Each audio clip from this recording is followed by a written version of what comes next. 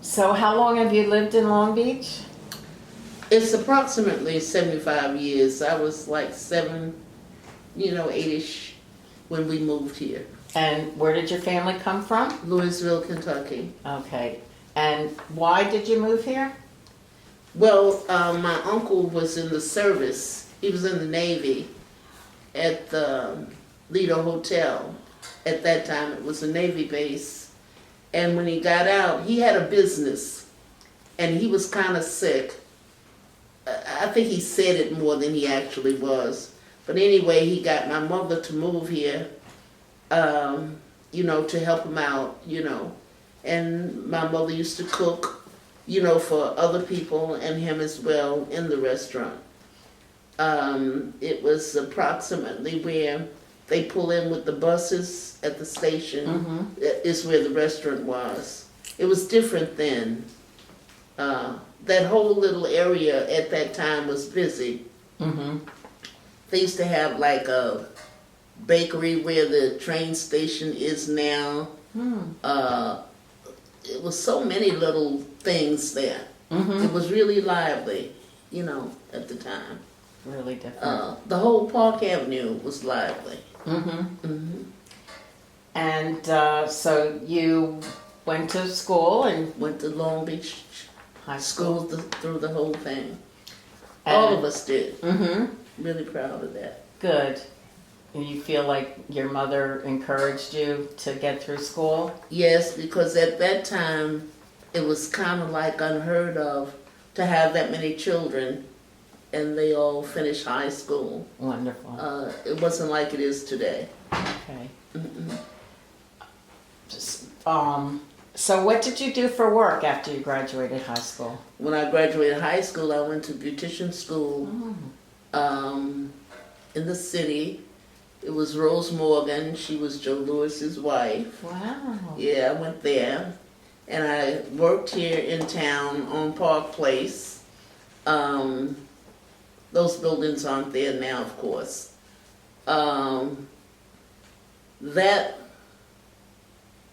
The first real beauty shop, her name was Janie Jackson, and I used to rent a booth from her. Because at that time, they didn't pay you salaries. You made your own money, and you had to pay rent, whatever. And how many years did you do that? Oh boy. Maybe 25 years. Really? Because even after I went to work at the hospital, I still went there, days off, whatever, and did it. Had no choice. Working 2 jobs. Right. And what did you do at the hospital? I was, they used to call it, worked on the psych unit. Ooh. Okay. And what is it they called it? Dag, I'm having a mental blank. That's okay. So you saw a lot there, I'm sure. Oh yeah. Experienced a lot. Yeah. So obviously you contributed to the community with your work with the beauty salon and in the hospital, and thank you for that. And so what do you feel that were some significant people that influenced you growing up here in Long Beach? As I said before, one that I think of him often, and he changed my way of thinking, Doc Gallowan. When a remark was made in class one day about Amos and Andy, and he said to me, "Don't watch that. Don't ever watch that." He said, because that gives the indication that Negroes are dumb. And I just want to back up a minute around that area. I always knew that I was, at that time they used to say colored, but I never I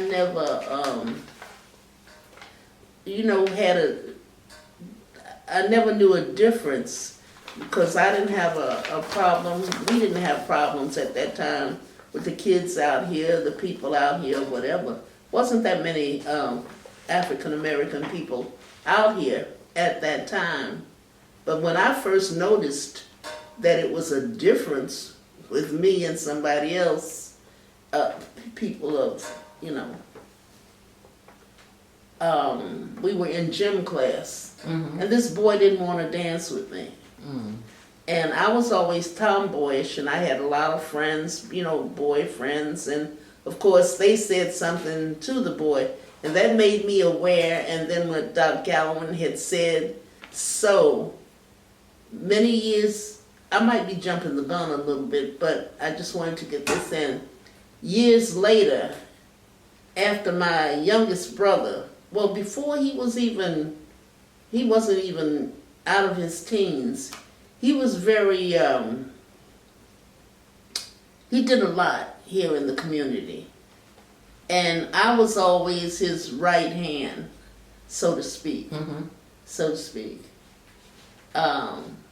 When these two things happened to me, it just made me very much aware. So when my brother started with his journey, it just seemed natural for me to help him. Just seemed natural. Good. At that time in school, how many African Americans were in school with you? Well, there were 2 in my class. Really? Okay. But my sister, that's 2 or 3 years ahead of me, she didn't have any. Goodness. And I think one of my other sisters may have had 1 or 2, but it wasn't many at all. Yeah. Wasn't many at all. So, and over the years, was there anyone else that, as you were an adult, anyone else that kind of influenced you or that you felt made a mark? You mean right here in Long Beach, right? In Long Beach. Yes, quite a few. Oh, I would see them struggle and become homeowners, like this lady across the street from where we lived. She is the one that gave Reverend Evans the garage to start his church. Her. To see this woman, she's from South Carolina. The house that she lived in, it was a rooming house. And it may have been like 10 rooms in there. And right next door to there, she had this other rooming house, 710, that had like maybe 15 rooms. To see these things, people that had nothing, come here, do days work, and able to accumulate, all this. It was a lot of people. She owned the 2 rooming houses? Yeah, and then they wound up with trucking business. Goodness. Moving business, whatever you call Excellent. it. There's a lot of people that influenced me. A lot of people, Good. Right here in the community. And then another teacher in high school really influenced me, Miss Abelise. She was a strict person, but I loved her. She was very firm, but she was fair. She had a lot to do with, my mother always made us read and go to the library. Good. Read and go That's to the library. very important. Miss Abelise was like that. Was she an English teacher? Yes. Yeah. You know her? No, but Oh. that makes sense. Oh, yeah. And, yeah. Good. I'm going to backtrack a little. What street did you grow up on? Harrison. Harrison. 116 East Harrison. Okay. And how was the neighborhood at that time? Our house was the only house on the block. Oh. And at the end of the corner, it used to be an arena for boxing and Yes, I've heard that. wrestling and stuff. And we went every Friday night because my father babysat on Friday nights, and he had all of us with him, so this is where we went. Yeah, but the house itself, it was the only one. And right across the street was 123 East Harrison, Miss Annabelle's big rooming house. Oh, right. And then across over the here street. was Okay. 710. Wow. Uh-huh. Okay. What stores were around when you were growing up? It was a lot of candy stores, and it was one clothing store, Doris Tenza or something, a couple of cleaners. I mean, this was like a little small, quaint village, but everything was here. Some things were never allowed. Like, I used to hear that from the beginning they said a funeral home could never come out here. Right. You heard that? Yes, no funeral homes, no cemeteries. Cemeteries, nothing like that. But it was, whatever. Well, they said nobody could die in Long Beach. Yeah, they said it's the healthiest city in the world. Exactly, or something. yes. Yeah, it was a lot of bakeries. Oh, everywhere you looked, it was a bakery. Yeah. Instead of now where everything's a pizza place. So what do you see as the future for your community as far as, the community and what you would like to see for the community, for your community, for the African American community? Do you have any wishes or hopes or things you'd like to see for the future generations? Well, I would like to see more of us involved with the city, period. And we are making attempts to do it, but something is always happening. What sort of things with the city? Well, For the community itself? for the community itself. We have some people, really die-hard people that want to do certain things for the city, but yet stumbling blocks are thrown in their way. Nisa is one person, I would like to see. I think she, would be, and she has proven herself, really be an asset, to the city.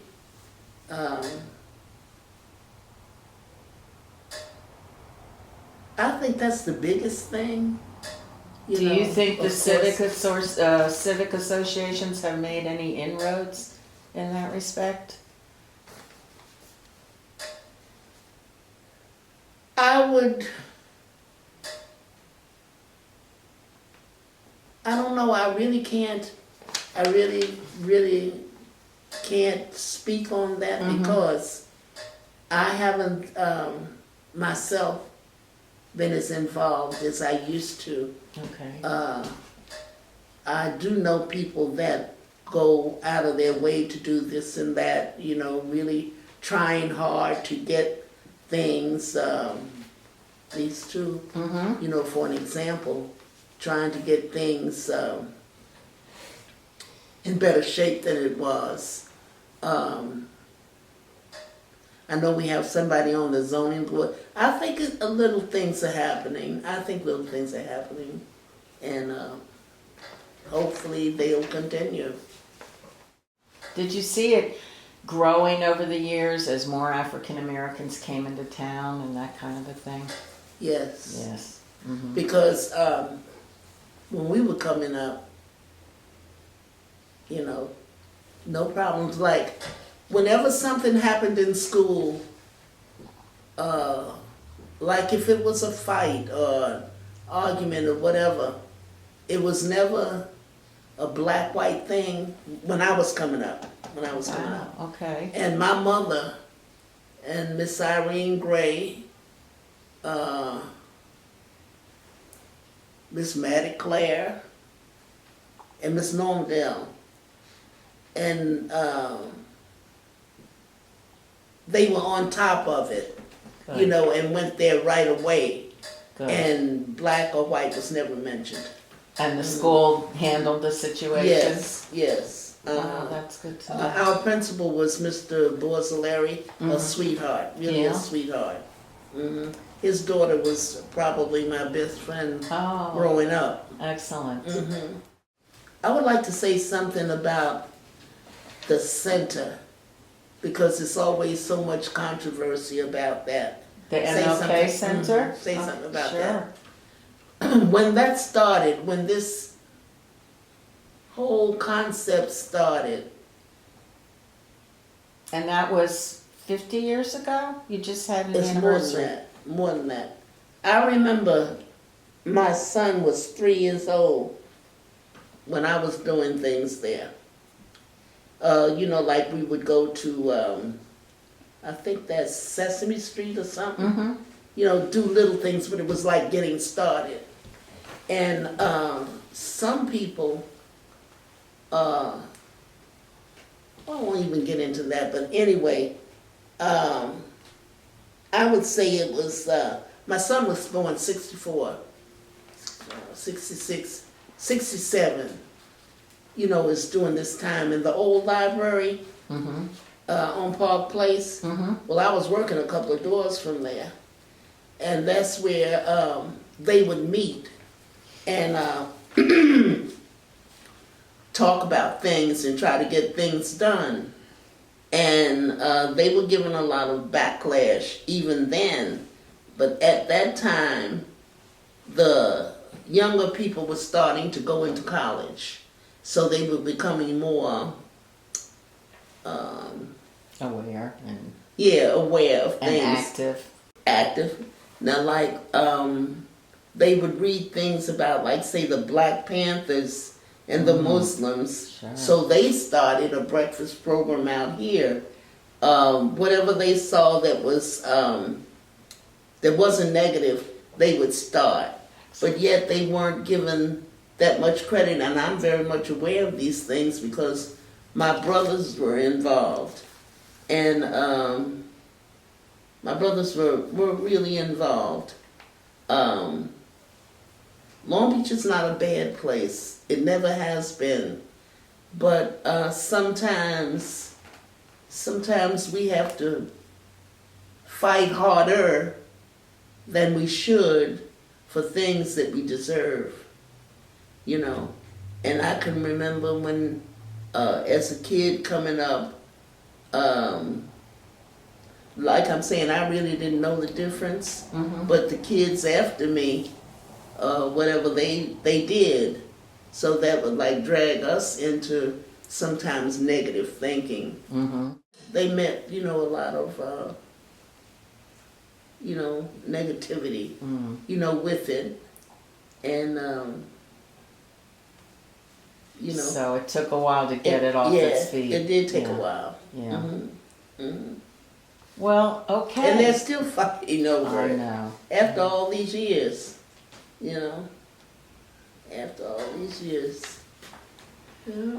Well, I don't want to stop on sort of a sad note, but everything comes around, and Right. you got to have faith. Right. Yeah. That's true. Yes. Well, the workers that we have out here today, and I have to say they're doing everything that they can do, and they go above and beyond trying to get the right things done. I truly have to say that. So. That's good.